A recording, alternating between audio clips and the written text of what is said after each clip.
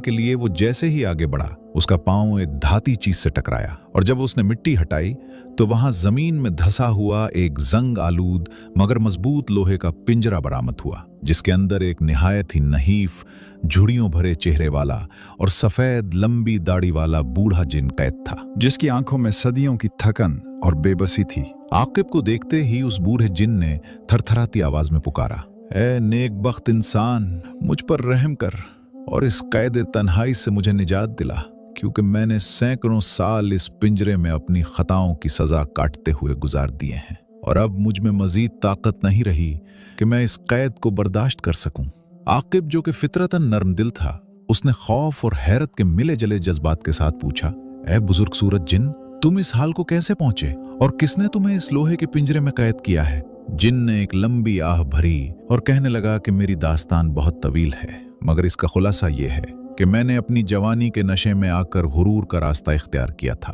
और अपने बुजुर्गों की नसीहतें नजरअंदाज करके एक ऐसे जादुई राज को चुराने की कोशिश की जिसके लिए मैं अहल नहीं था। चुनाचे वक्त के अजीम जादूगर ने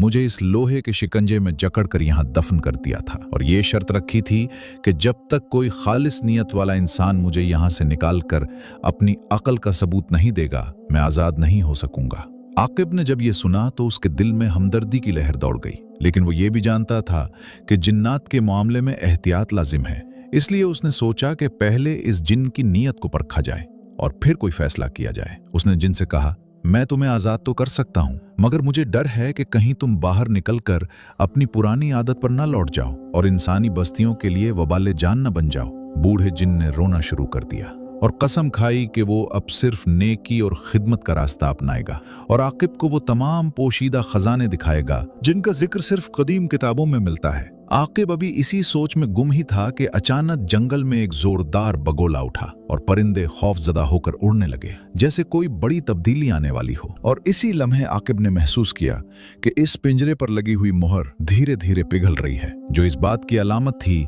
कि इस जिन की रिहाई का वक्त करीब आ पहुंचा है। मगर इससे पहले कि वो कुल्हाड़ी मारकर जंजीर तोड़ता, उसने जिन से एक ऐसा सवाल किया जिसका जवाब उसकी तकदीर बदल सकता था। ये कहानी अब अपने अहम मरहले पर पहुंच रही है, जहां अक्ल और दिल की लड़ाई शुरू होगी और आकिब को फैसला करना होगा कि क्या एक पुराने जिन का वादा सच है या ये सिर्फ एक नया जाल है जो उसे बड़ी मुश्किल में डाल देगा। क्योंकि पुरानी